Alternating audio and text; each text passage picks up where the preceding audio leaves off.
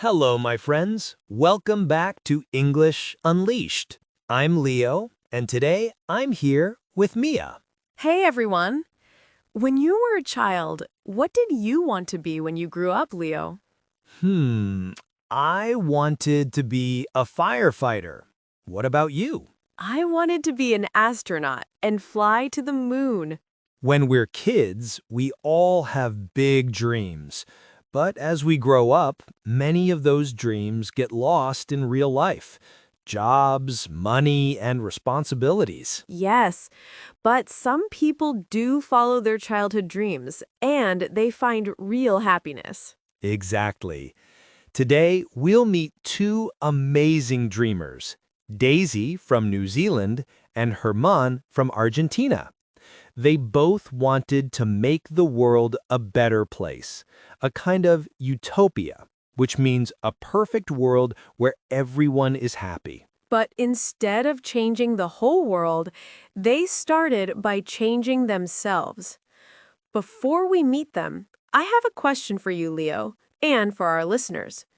In 2012, an Australian nurse named Bronnie Ware wrote a book called The Top 5 Regrets of the Dying.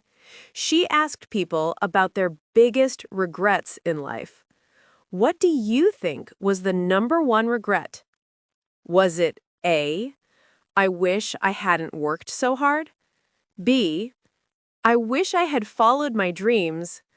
Or C, I wish I'd made more money? I think it's B. People wish they had followed their dreams. Okay, let's see if you're right at the end of the episode.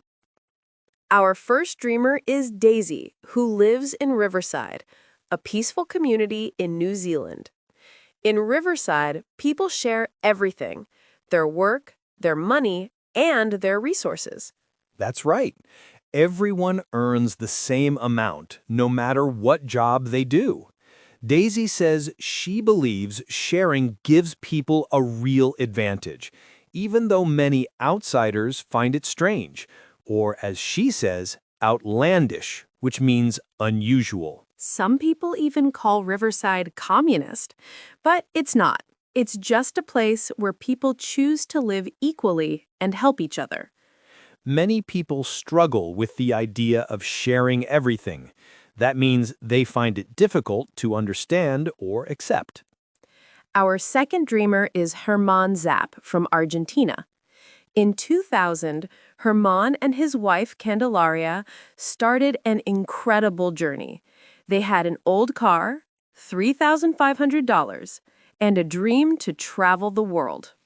22 years later, they had visited more than 100 countries and even had 4 children along the way. Here's what Herman says about how that dream changed him. I don't want to conquer the world anymore. The world has conquered me. Meeting people has made me humble. I realized that I'm just a tiny grain of sand, but every grain matters. That's beautiful.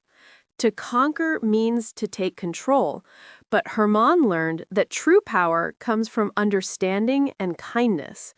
He became more humble, not proud or arrogant. Yes, and his message reminds us that even a small grain of sand, one person, can still be important in the big picture.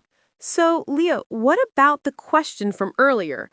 What was the top regret of dying people?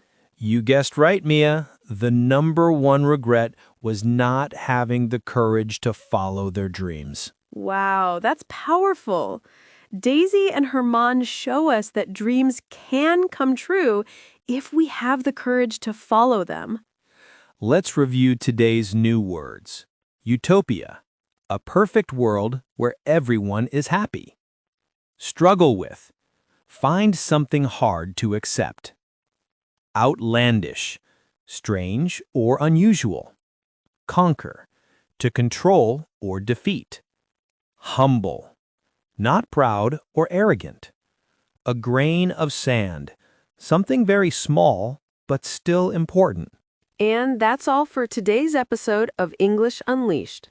Remember, Don't just dream it, live it. See you next time, my friends. Bye, everyone.